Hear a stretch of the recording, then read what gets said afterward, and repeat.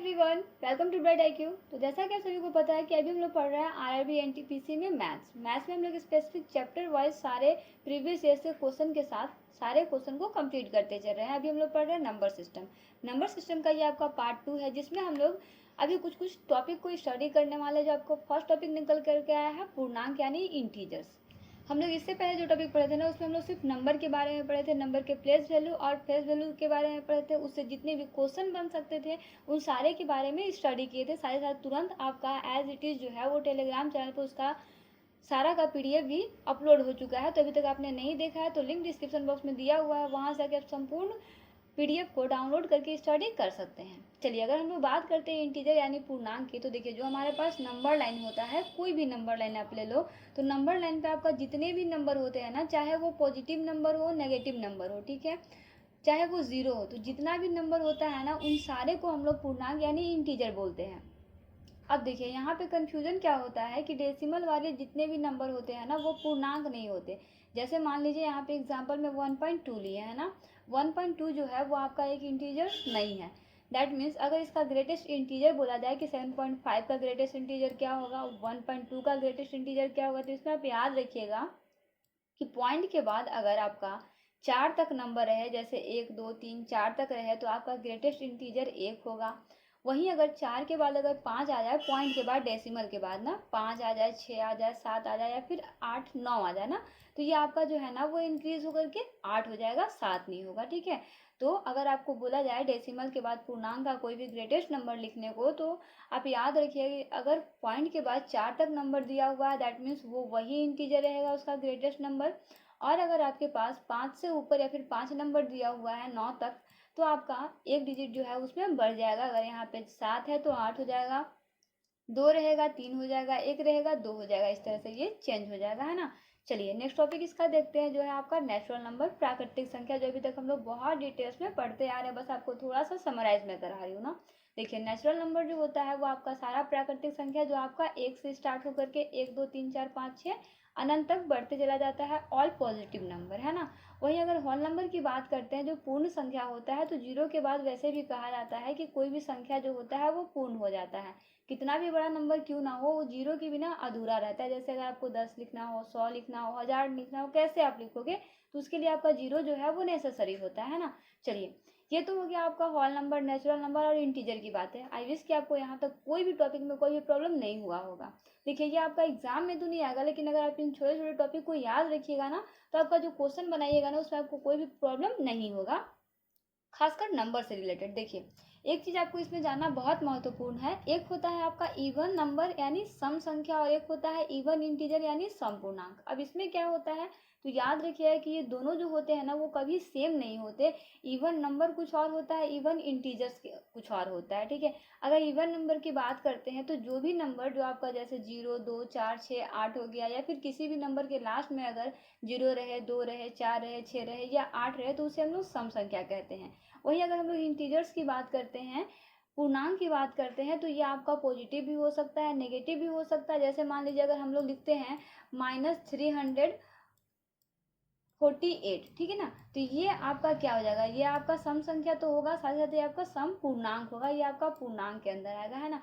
तो पूर्णांक में यही अंतर होता है कि सम संख्या जो होता है वो आपका सारा पॉजिटिव नंबर होता है, जबकि आपका पूर्णांक जो होता है वो आपका माइनस में होता है। जैसे -6 -4 -2 0 2 4 6 8 इस तरह से नंबर होते हैं, तो इसे हम लोग सम पूर्णांक बोलते हैं ना। चलिए ये तो हो गया, इसमें तो कोई भी प्रॉब्लम नहीं हुआ होगा, और ये सारा टॉपिक आपका बहुत रिलेवेंट है। चलिए अब हम लोग नेक्स्ट टॉपिक देखते हैं, प्राइम नंबर। अगर हम लोग प्राइम नंबर यानी अभाज्य संख्या की बात करते हैं, तो देखिए जो एक और अपने आप से कटता हो, यहाँ पे माफ कीजिएगा कटता लिखा गया है ना, कटता हो दैट मीन्स भाग लगता हो ना, उसे ही हम लोग क्या बोलते हैं, अभाज्य संख्या बोलते हैं। जैसे 1 हो गया, 3 हो गया, 5 हो गया, 7 हो गया, 11 हो गया, इस तरह से 13 हो गया। जो भी इस तरह के नंबर होते हैं ना, वो या तो अपने आप के पहाड़ा में आएंगे या तो फिर वन के पहाड़ा में आएंगे, यानी कि जो अपने आप के टेबल में आता है और वन के टेबल में आता है उसी को हम लोग क्या बोलते हैं, प्राइम नंबर बोलते हैं। श्योर कि ये सब आप बहुत पहले से पढ़े होंगे, लेकिन आप बस मैं आपको समराइज करा रही हूँ ना।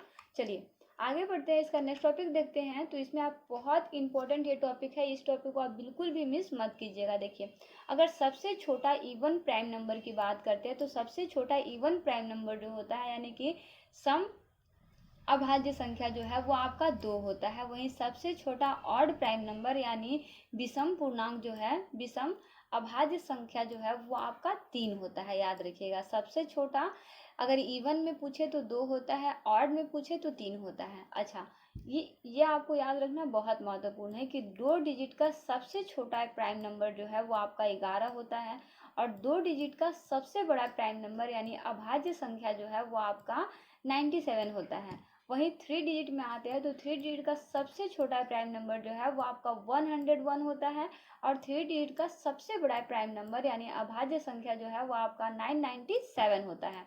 वही अगर हम लोग 4 डिजिट की बात करते हैं तो 4 डिजिट का सबसे छोटा प्राइम नंबर जो है वो आपका 1009 होता है। 101 हो गया, 107 हो गया, ये आप जितने भी नंबर दीजिएगा ना, ये किसी न किसी के फैक्टर में आपके आते ही आते हैं, और सबसे छोटा इसीलिए 1009 होता है ना। इससे पहले जो आपका 1001 हो गया, 1002, 1003, वो किसी न किसी के टेबल में आते ही है ना, मतलब कोई भी उसका पेयर लग ही जाएगा, है ना। तो सबसे छोटा अगर आपका बोला जाए कौन होता है तो वो आपका 1009 होता है। वहीं 4 डिजिट का सबसे बड़ा नंबर की बात की जाए तो ये आपका सबसे छोटा है ना।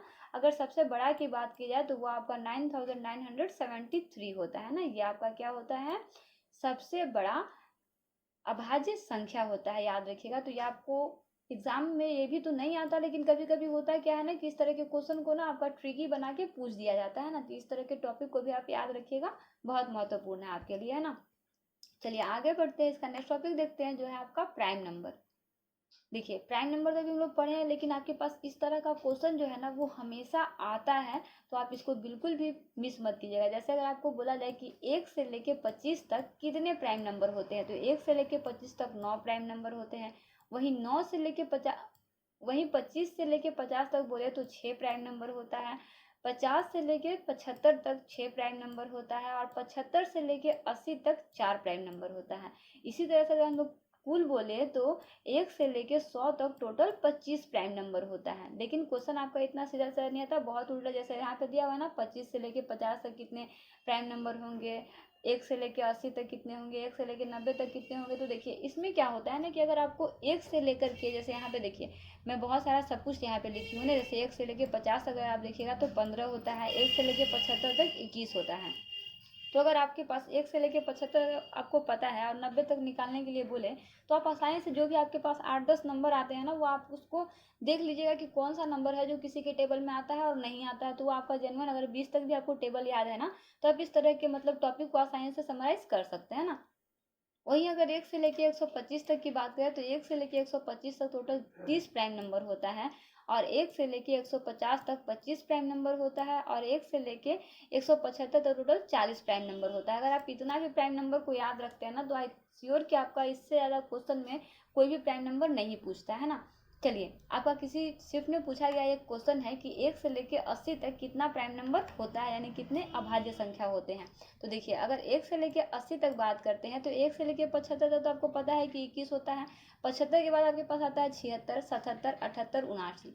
अगर आप यहाँ पे देखिएगा तो 76 भी आपका प्राइम नंबर नहीं है, 77 भी नहीं है, 78 भी नहीं है। बचा कौन सा, एक तो बचा 79। तो 79 जो होता है वो आपका प्राइम नंबर होता है। इसलिए आपका टोटल जो 1 से लेके 80 तक कितना प्राइम नंबर होगा, तो वह है आपका 22 प्राइम नंबर होगा। तो इस तरह से आप बहुत आसानी से जो है ना, अगर आप इतना याद रखिएगा ना, तो आप बहुत आसानी से सारे इस तरह के क्वेश्चन को ना आसानी से सॉल्व कर पाइएगा। चलिए आगे बढ़ते हैं, इसका कुछ और इम्पोर्टेंट टॉपिक को देखते हैं।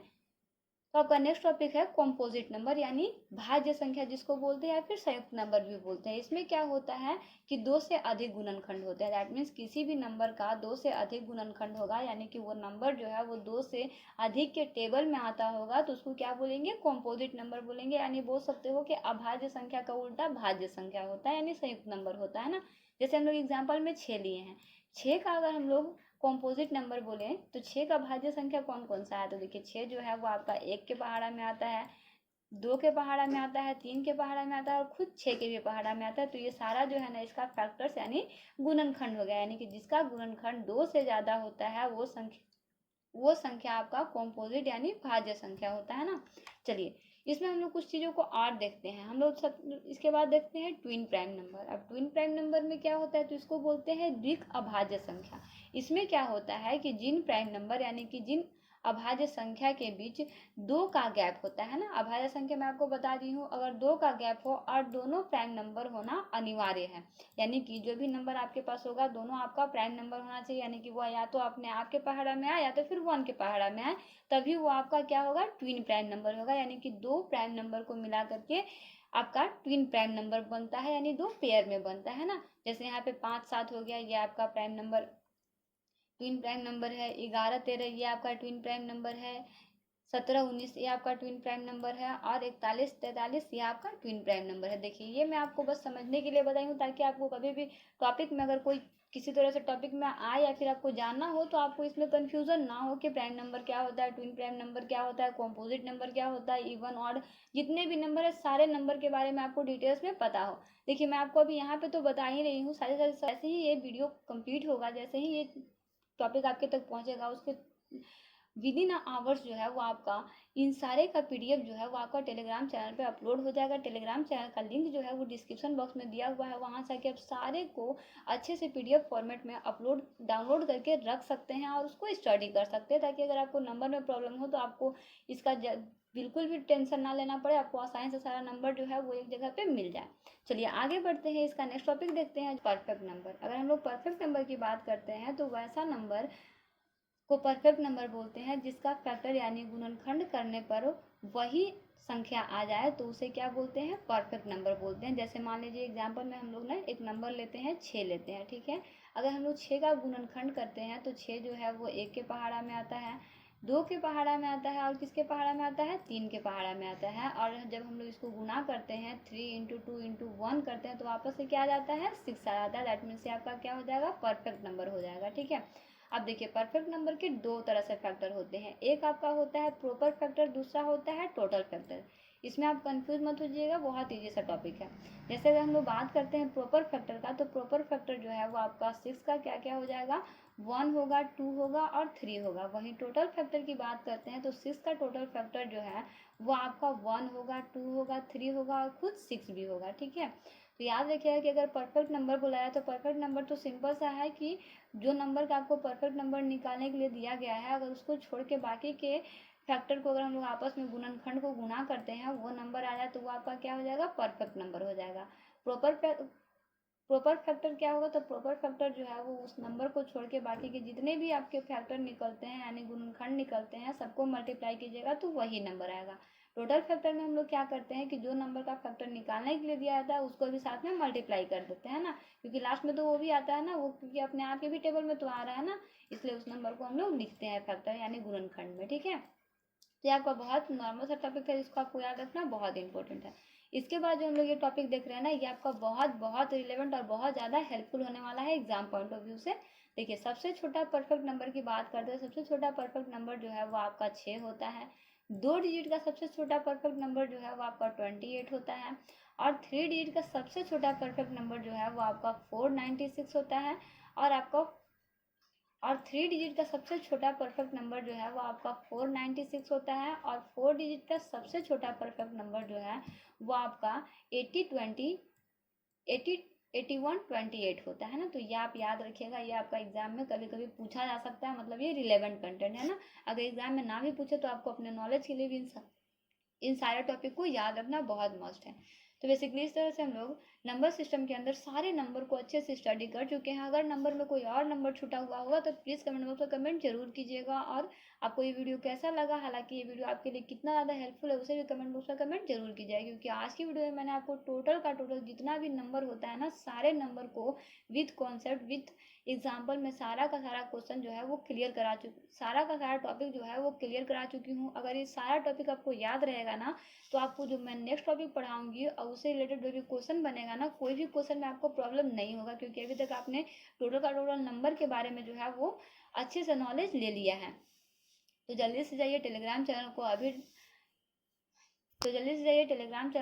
को अभी ज्वाइन कीजिए और वहाँ पे जितने भी पीडीएफ दिए जा रहे हैं उन सारे पीडीएफ को आप जल्दी से स्टडी कीजिए। मिलते हैं नेक्स्ट वीडियो में एक इंपॉर्टेंट पार्ट, एक इंपॉर्टेंट टॉपिक के साथ। हाँ, एक चीज़ याद रखिएगा कि हम लोग नेक्स्ट टॉपिक जो पढ़ने वाले हैं ना, उसमें हम लोग डिविजिबिलिटी के बारे में पढ़ने वाले हैं, और डिविजिबिलिटी से बहुत सारे क्वेश्चन जो है ना वो आपके प्रीवियस ईयर्स में पूछे गए हैं।